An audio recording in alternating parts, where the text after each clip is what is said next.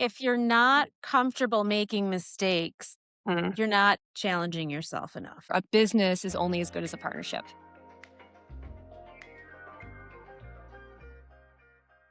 Welcome back to CZ and Friends, where we talk with founders and operators shaping how modern companies work.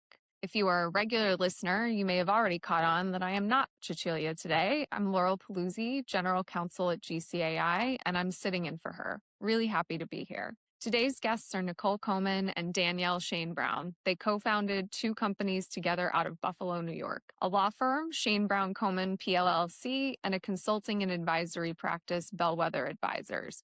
Both launched in 2022, both running at the same time. What I love about these two is that they took completely different roads to get here. Nicole came up through public interest and elder law. Danielle spent almost a decade inside a real estate development company and eventually ran it as president before stepping away to build something of her own. Very different journeys, same destination. This is also the first time on CZ and Friends that we are really digging into real estate law, and honestly, it is long overdue. Let's get into it. Thank you so much, Laurel. We're so excited to be here, and thanks for the invite. Yeah, Nicole, Danielle, welcome to the show.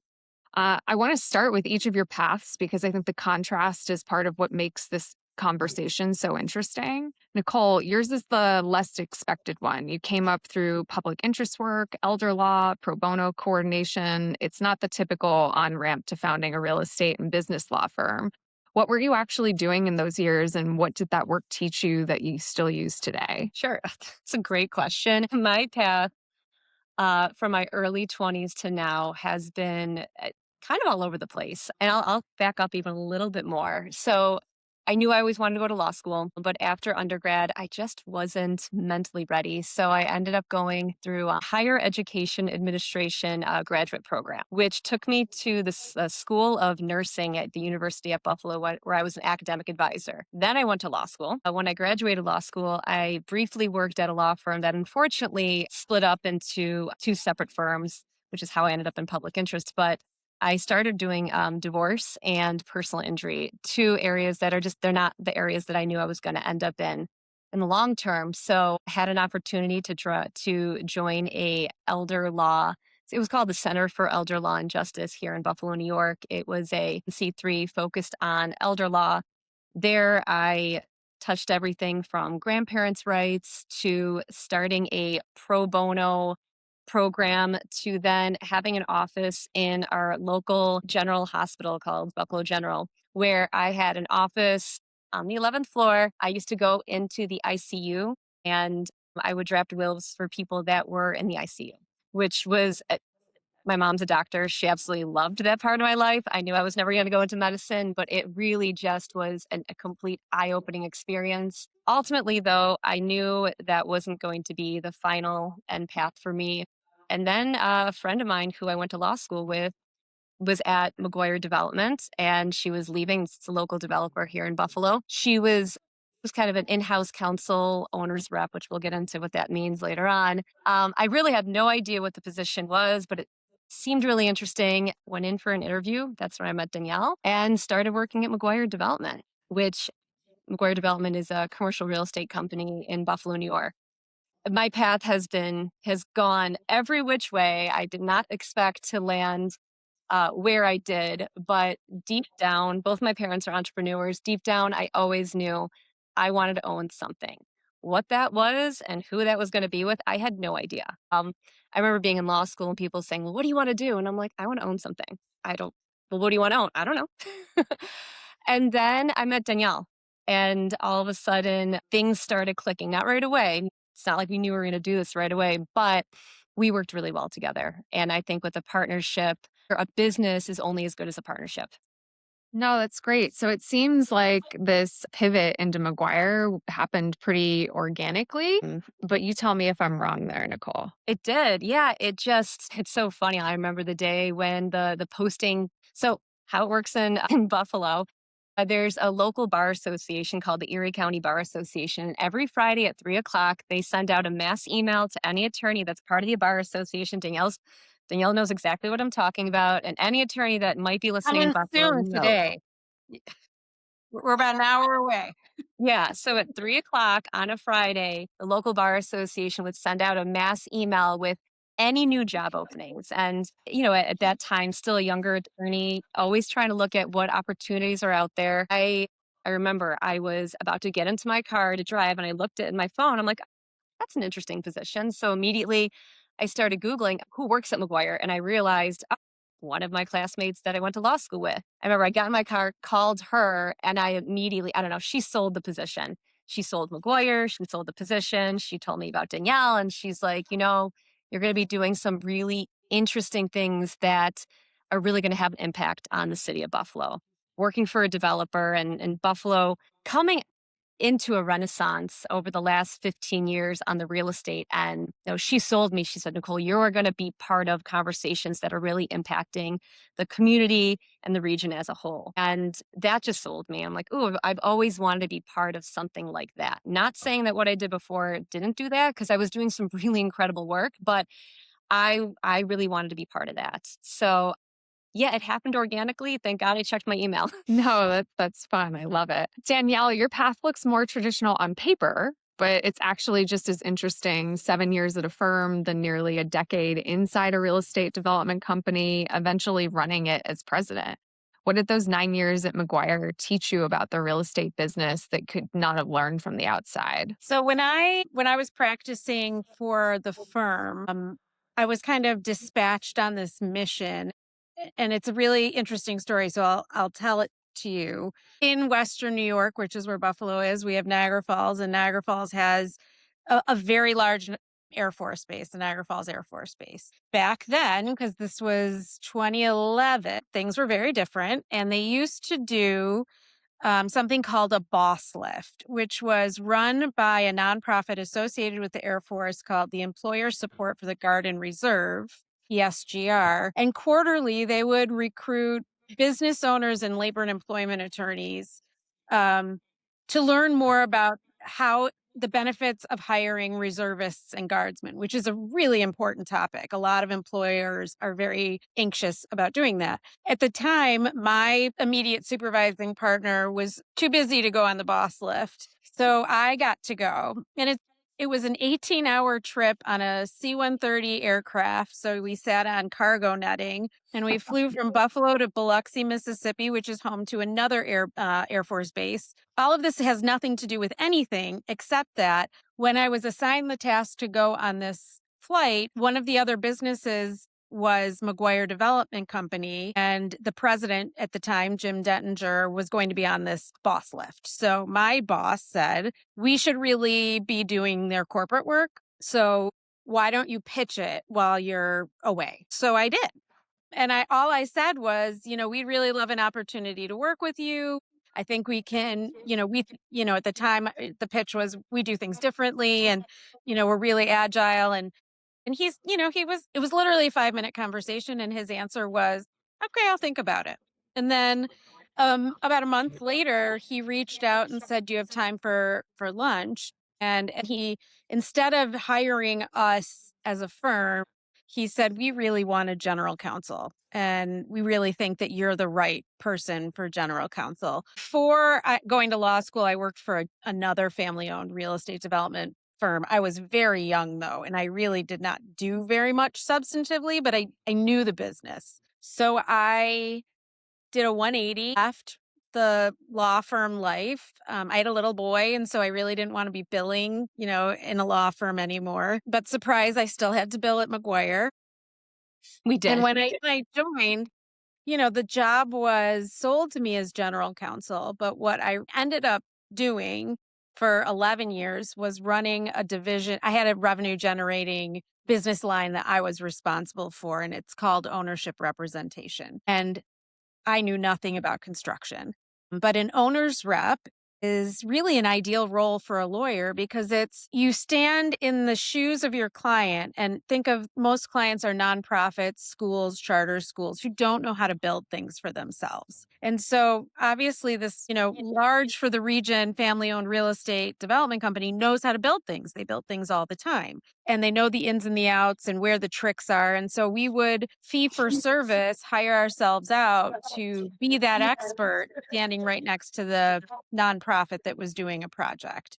So it took me a year to learn really the ropes of the business. And I think I added the legal flair to it. So a lot of really good record keeping, a lot of reviewing of contracts, making sure people were doing what their contracts actually said. In construction and real estate, almost no one knows what their contracts say, even though they've signed them. So, it became almost, a very high level owner's rep. We're not architects. We're not construction experts, but we're experts in how things are supposed to be. And so that was my day job, was running the owner's rep division. And we did some really amazing projects here in Buffalo, in Boston, and in New York City. And then I had always had kind of an associate general counsel.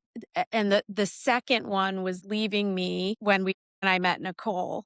And I was lucky. I had 3 amazing assistant general counsels that I worked with, all super smart. But I would say Nicole and I clicked immediately. We are very similar in a lot of ways. We are very different in a lot of ways. And we push each other with accountability because we feel the same way about accountability. So there's a high level of doing the right thing, doing it thoroughly, and making sure, we're really going where we need to go for the client and not just skipping steps and meeting our clients where they needed us to be. So I was there, as general counsel. I became executive vice president and general counsel about a halfway through. And then the president departed and I was elevated to president right when COVID started. What was that like?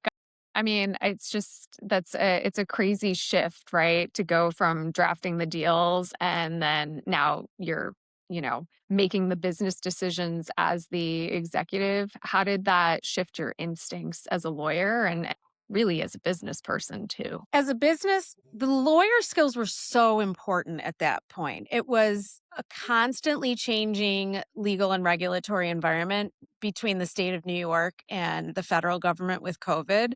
What could we do? What couldn't we do?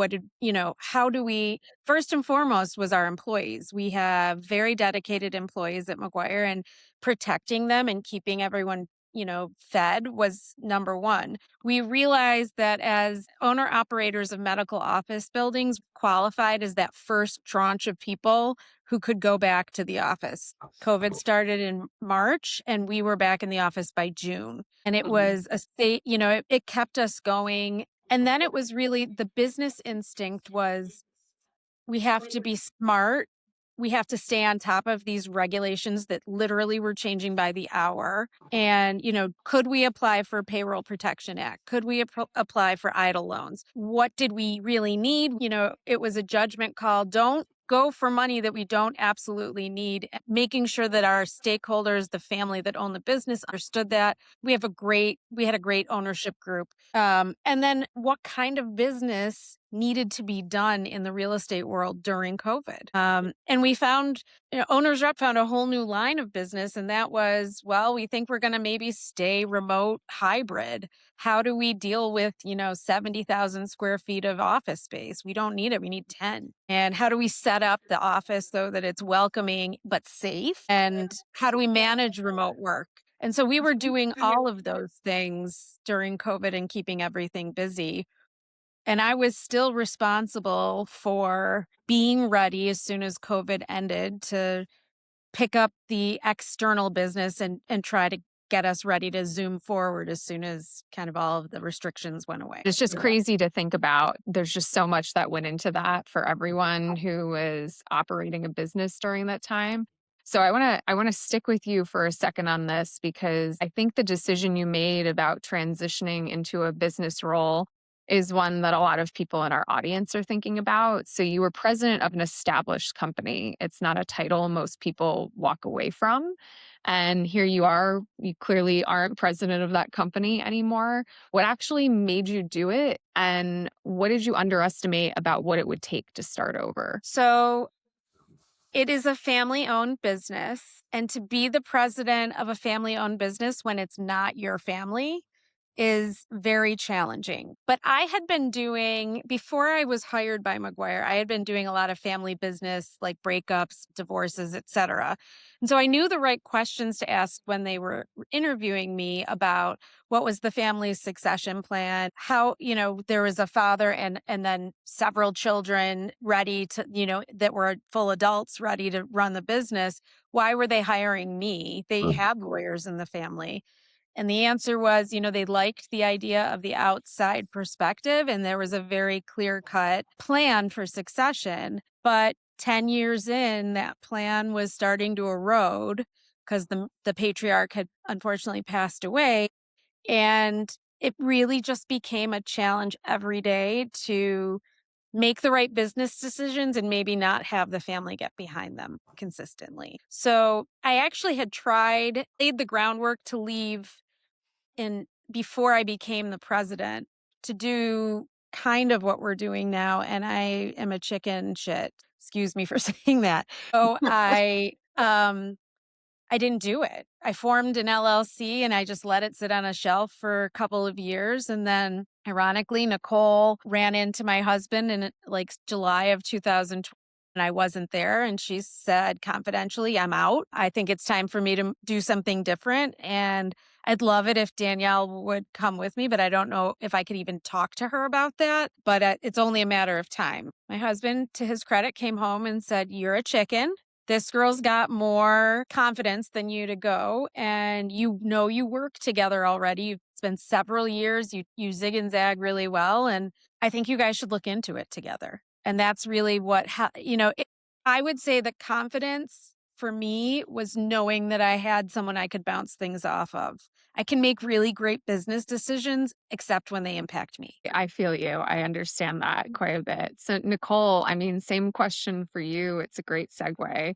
What was the moment you knew you were going to build something rather than keep working inside someone else's organization? It sounds like, based on Danielle's story, you had like a very clear point in mind of it was time to move on. And so I'd love to hear your version of things. Yeah, no. So I agree with Danielle. It's a really great company and it was family owned and we were doing some really great work, especially during the time of COVID, and not only advocating for the company itself, but then these third parties. We were doing really good stuff. But I had a timeline like always, right? Every few years, Nicole jumped ship. So I'm like, well, clock's ticking, it's time to go. Because deep down, I always knew that the end goal wasn't to work for somebody else. It was to work for myself. And like I said, who that was going to be with and what we're going to be doing, I had no idea, right? I knew what my education was. And I knew I had this entrepreneurial spirit. I would read all the self-help to personal development books. I'm like, we have to do something. Yeah, I think around 21, 22 is when, 21 is when I got the itch. I'm like, all right, Danielle and I work really well together. She's the president of the company, but I feel like we could really create something unique for ourselves. So yeah, Danielle's husband's my dentist and I was literally getting my teeth cleaned, probably, probably drooling on myself when I was like, hey, what do you think about this? And her husband being a business owner, I figured he might have a different perspective as well. And just knowing Danielle as well as he did, get your teeth cleaned because you never know. That started the ball rolling, which has turned into something that I never would have expected. So now I can answer the question, what do you want to be when you grow up? And who are you going to do that with? And now we have these two companies, which look very different from when we first started them back on January 1st, 2022. Fast forward to 2026 and things look different, but in the best way. But I can confidently say I'm doing it with Danielle. And what I said in the beginning of, and I think we learned this pretty quickly once you starting a business. We could have a whole podcast just about starting a business. It's one of my favorite. I love that. I love that. It would be a great one. Oh my gosh, it's my favorite topic. I'll give you a funny anecdote. So at McGuire, we used an operating model called EOS, Entrepreneurial Operating System. And it's a wonderful way to structure management of any business. But part of it was required that we have one-on-ones between supervisor and subordinate once a month. And so Nicole obviously was my subordinate. We were already kind of hatching this plan. And so we had this top secret notebook that we would pull out during her private one-on-ones and just plan it was called the escape hatch.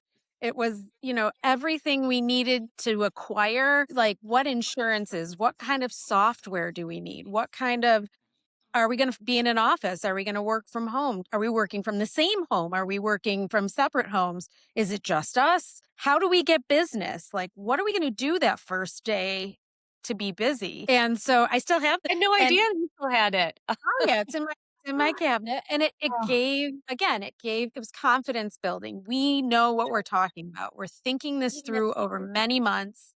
And then and that's really the time we used to plan this. I mean, certainly outside of work as well, but that was a great hour once, maybe it was even bi-weekly that we were sitting down kind of going through that. Well, I mean, that's a lovely story. And I say that as somebody who has, started my own businesses and then gone back to an in-house life. So I mean, it's a great question for both of you. What is the thing nobody tells you about going from employee to founder that you really wish somebody had said out loud? And I'm going to ask you guys to keep it to like the one thing, right? Even though I know from personal experience, there's like 100 million things that you wish somebody had told you. But like, what is the one thing you wish somebody had told you?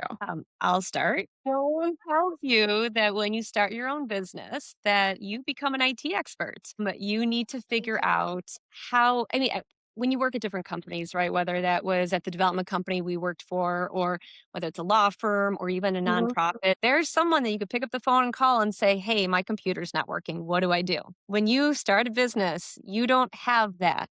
You don't have that capability. I mean, you could, but you have to figure it out. So I know I joke, but really IT, and it's just something that when you're starting a business, you don't think about that. Oh, you're going to be spending a lot of time trying to just figure out what the technology portion of your business looks like. Now you can add AI in the mix, right? Which is going to be another level, but even, making sure your computers are working. If you have employees, making sure their computers are working and they're all set up, emails, websites talking to emails. I mean, it was something that at the time we were doing ourselves because this is a complete startup, right? So you need to learn how to touch every part of your business, including IT. That's right. I think mine would be, thankfully, we're not in the life or death business. And so there really is no mistake that can't be fixed. We'd certainly made our share of mistakes and missteps. And there's, being humble and ready to correct those and address those we support each other. If I make a mistake, and I make lots of mistakes, she's right behind me, either fixing it or helping me come up with a way to fix it. And it's Vice versa. We yeah, both make yeah, no, but it just having, we're not going to kill anybody, including ourselves. If I still live with, we're what, 5 years in, and I still live with, well, what if all the business dries up tomorrow and we don't have any work to do? We'll be okay. We'll figure something out. In 22, I didn't feel that way. So it's all going to be okay. It's a hard one to learn. I was in a group. There's a group of a bunch of like solo practitioners and fractionals out there. And somebody just said today, the curse of small law firm life is, right when you think like, oh, I don't have enough work, things are drying up, and you put yourself out there, then suddenly you're drowning again. And that arc can like happen from like a Monday to a Wednesday, where you're like in panic on Monday. So Monday And morning by Wednesday, you're drowning. I fought Nicole on hiring another attorney for years. The two of us were drowning. We I mean, did. we were working, 15-hour days. But I just kept saying, what if we commit to someone that we're going to pay them and we're their lifeline, and then all the work goes away? She said, we'll deal with it. But she's like, the answer is the work isn't going away. It may ebb and flow a bit, but we're at a point, we now have kind of some ground beneath us. But even recently, it's just, I don't want to be in that position where I harm somebody else. No, I mean, the people element of building a business is just, it's so important. I completely agree. I want to really dig into, the practice that you guys are focused on, real estate, because it doesn't get enough airtime on this show. The deals are local, they're personal, they're complicated in ways that like don't show up in the documents. What does working in real estate teach you about negotiation and risk that lawyers in other areas just do not pick up on? And, I'd love your perspective there. I'll start with this. So there are a lot of elements of real estate law, especially in New York State and especially in Western New York where we live, that are never taught anywhere in law school. They're not part of the bar exams. They're learned by experience. And coming up in a bigger firm like I did, we had an army of paralegals and assistants who did a lot of kind of the technical work. What has been really beautiful for the two of us is it's us. And so we have to get through that technical work.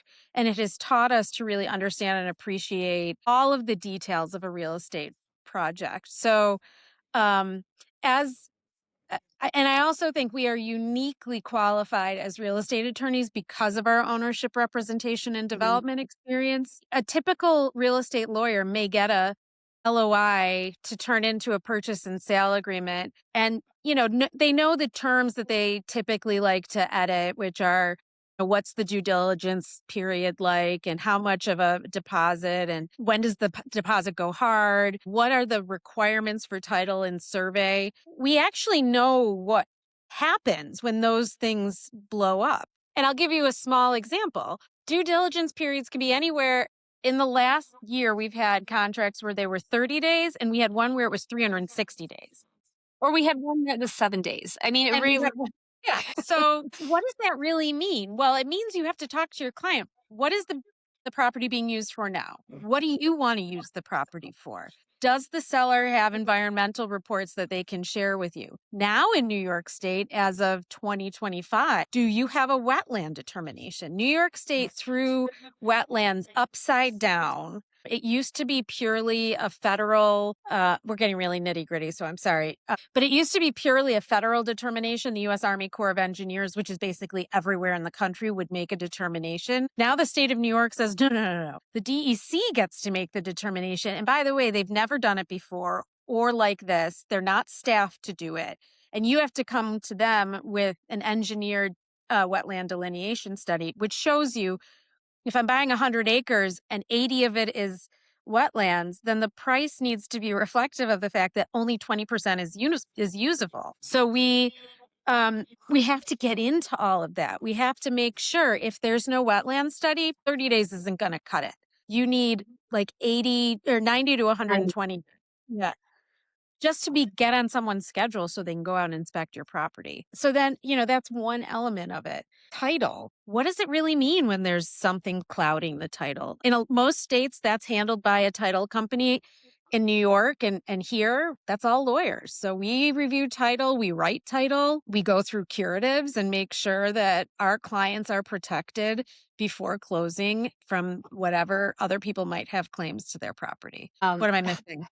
No, this is another, we could just talk about real estate for hours because there's so many elements of real estate. And I think working for a developer, right? We worked for a developer. So we generally saw the developer or landowner, landlord side of things. And that's who we represented and that's who we had to protect. The beauty of that is that right now, our clients now can be either the tenant, the landlord, it could be really seller buy, it doesn't matter. But because of our prior experience, we really have such a good, especially if we represent a tenant, we know what a landlord would put into a lease, what the little tips and tricks are. And in addition to that, because we did this owner's rep, and we still do it with our other company, where we really step into the shoes of whether it's a for-profit, nonprofit, anyone that's doing some type of real estate development, we guide them through the process. I like to say that we are, and this is breaking it down almost too simply, but we're almost like the wedding planner of a construction project.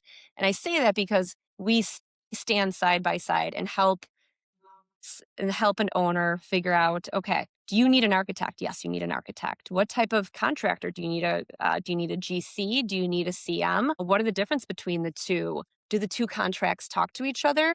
Do I need a permit? What about zone? Like there's all these different areas that we learned while working for this developer that really help us in our roles as real estate attorneys. And I really think based on all of our experience, we've kind of had this niche that not many attorneys have because we've really worked in all sides of a real estate deal. And what I would love to dig into for our audience, because we glossed over it at the beginning, is, and you brought it up, Nicole, in your commentary now, is you didn't just start one firm. You started the law firm and you started the consulting practice, and they're running in parallel. Can you, like, very briefly, one of you walk me through the logic there? Sure. When we decided to leave our former company, we started actually the consulting company we thought, which is called Bellwether Advisors. We thought our real estate consulting company would be the bread and butter and majority of our work, who we are, what we're doing. We created a law firm as not a side thought, but just thought, you know what? Sometimes somebody might need us to do a contract, look at something, might ask for our legal advice. So we thought, you know what? We are attorneys. Let's continue to be it. We like to be attorneys. Let's have our law firm, which is going to be kind of a side project, so to speak. We learned very quickly over the last few years, though, that both companies are very busy, but really, I would say we're attorneys almost 70% of the time. The anecdote is that Nicole spent a year negotiating a lease for a charter school with a very difficult landlord When we were at McGuire. And as general counsel, you can't advise anyone but the company that you're counsel for, at least in New York State under our ethics rules. So at the end of the day, the lease was ready to be signed, but the charter school's board said, well, it has to be approved by counsel. So they sent it to a great law firm, but that law firm tore it apart again. And after a year of negotiations, the landlord called Nicole screaming. And that stuck in our mind. She was able to fix it. She did a wonderful job kind of smoothing things over and making it work. And that relationship worked out really well. But as we were getting this going, we said, what if that happens again? We can represent them. But the beauty of it is, we don't have to be the lawyer. And we're really happy when somebody else is the lawyer when we're doing consulting work. We're also happy to be the lawyer if that's what's needed. We always give our clients the option. They have to engage us separately under both LLCs. So it's very clear and we bill separately. It's very clear when we're doing one thing versus the other. Again, lots of billing, but it keeps us clear in what we're doing. And there's no question to our clients what work we're doing. Yeah, no, I've definitely been there. And it can be fun when you're working on something for the same client, but you're having to switch your billing out of two sides of your brain because you're like, wait, no, legal, no, that's not legal. Yeah. And doing it out of both businesses. I get that. You know, the part that I want to get into now is that you're in Buffalo. And I will admit, I've only been to Buffalo once, and it wasn't a great experience because it was to take the New York bar. Oh. And so I haven't been back, but I want to understand, you know, it's not New York City. It's not like a tech hub, but obviously it's got this big real estate presence and everything. What's the market like, and what is being like deeply embedded in that community give you that you would not have if you guys were somewhere else like New York City or, you know, a bigger market? So there's a push to make Buffalo a tech hub. And I would say it hasn't achieved yet what it's intended to, but we are the home to one of the two flagship universities in New York, the University of Buffalo, which is a wonderful school. And through that, there is a tremendous amount of innovation and entrepreneurship going on. The state has funded an annual pitch competition called 43 North. I always get it confused with 42 North, which is the Brewery. But so 43 North is a pretty big, the grand prize is $1 million. It's a pretty big prize for up and coming entrepreneurs. The deal, though, is that they have to live here and grow the business for at least a year. So we do have, an element of the business world here that is like that is entrepreneurial, but we very much are not New York City. We're not even Albany. We don't call ourselves upstate. We call ourselves Western, and we're much more like in Ohio or Western Pennsylvania or even Midwestern. Yeah.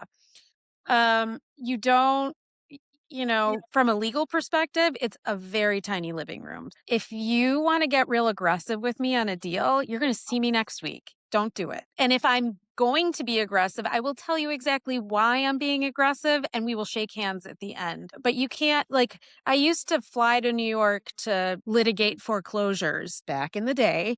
And I would walk into like Brooklyn Supreme Court and everyone was just kind of screwing everybody else because you knew you'd never see them again. And I love the smallness of our community.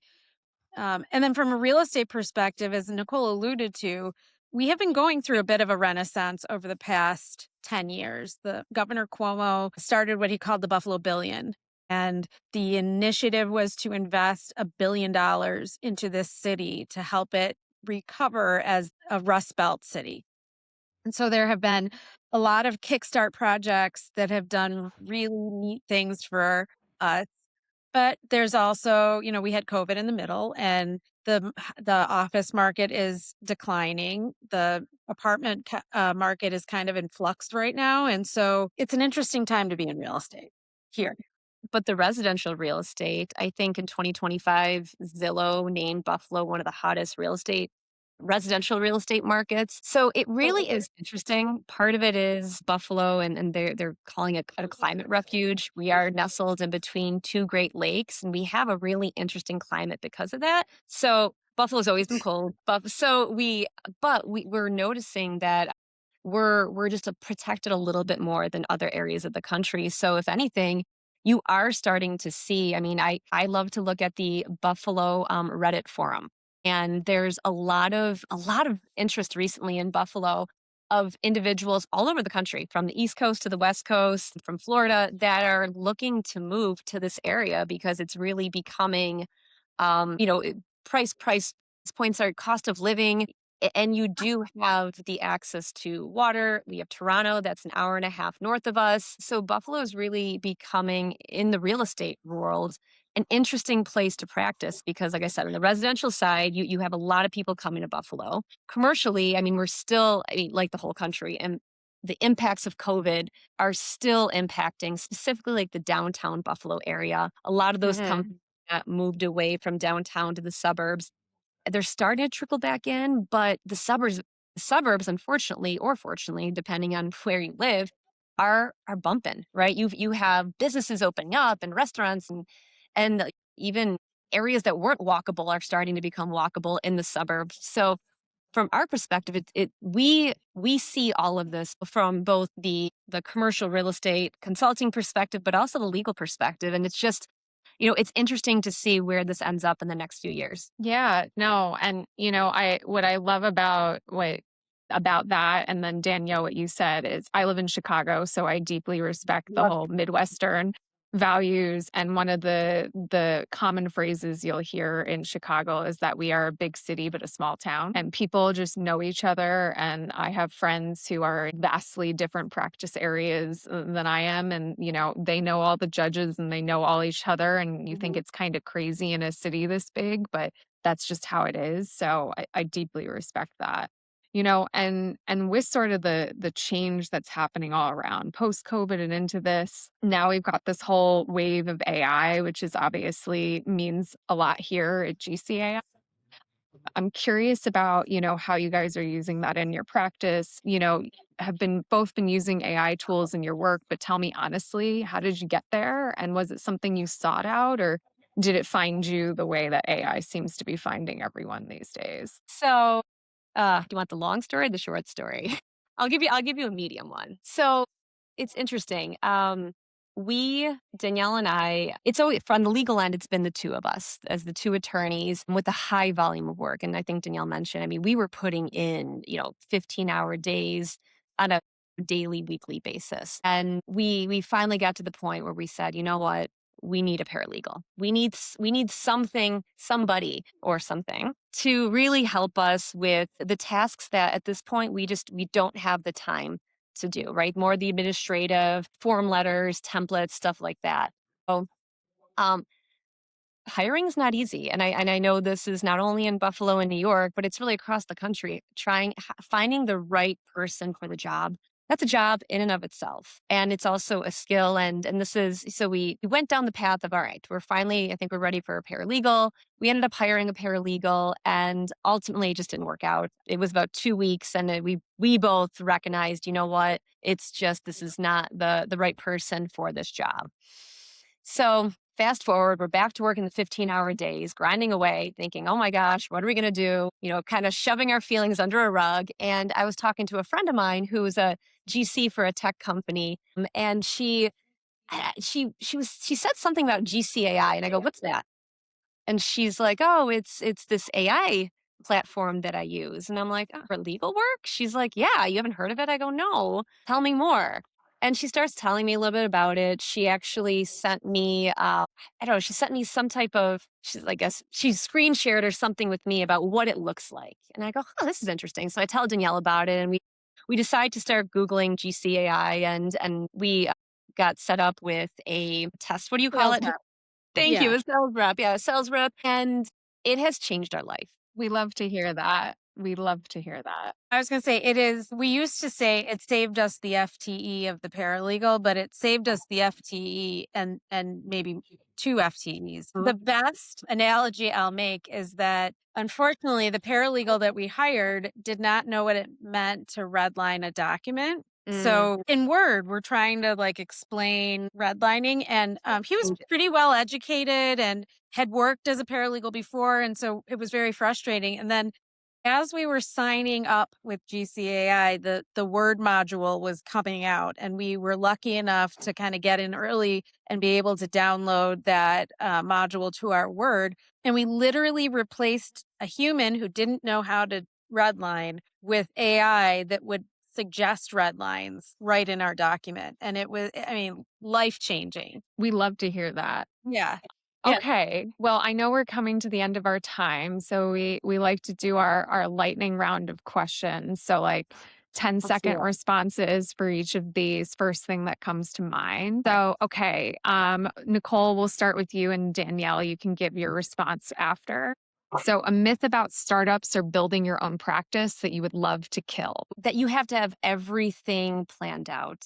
And I know you don't have to have everything planned out. No, do you want to be building the plane while flying it? No, you want to have an outline and understanding and motivation. But there's a lot that you're not going to be able to plan out. And there's really there's no good time for starting a business. But if you have an idea and you're motivated and you are passionate about it, go for it.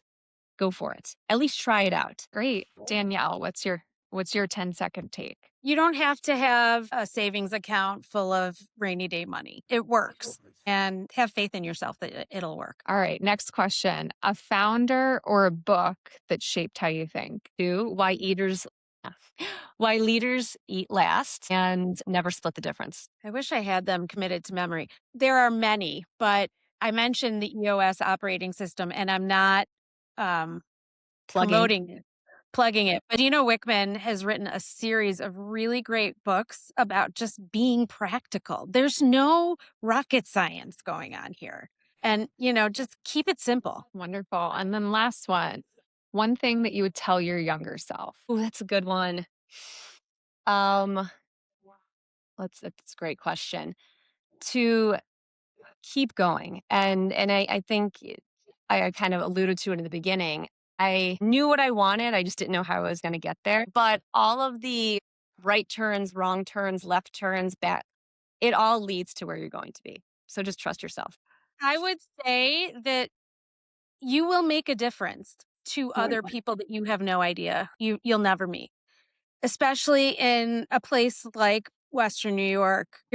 You will leave an imprint. That is something that, I am proud of already, but the world is our oyster when it comes to making a difference in this community. That's wonderful. And then the last question to wrap this up, because I've really enjoyed talking with you ladies, and I want both of you to respond and give your reflections.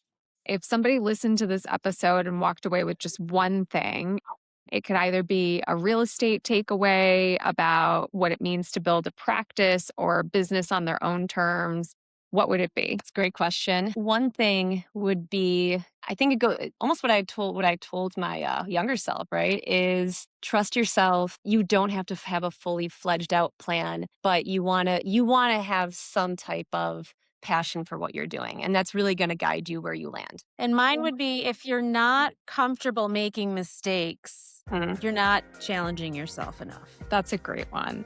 I love that. Well, thank you both for joining today. It was great speaking with you both. And that was my conversation with Nicole Komin and Danielle Shainbrown, co-founders of Bellwether Advisors and Shainbrown Komin PLLC out of Buffalo, New York. If today's conversation got you thinking about how AI can help you run a leaner, smarter legal practice, that is exactly what we are building at GCAI. You can learn more at gc.ai. Follow CZ and Friends wherever you listen. Thanks for being here, and we will see you next time.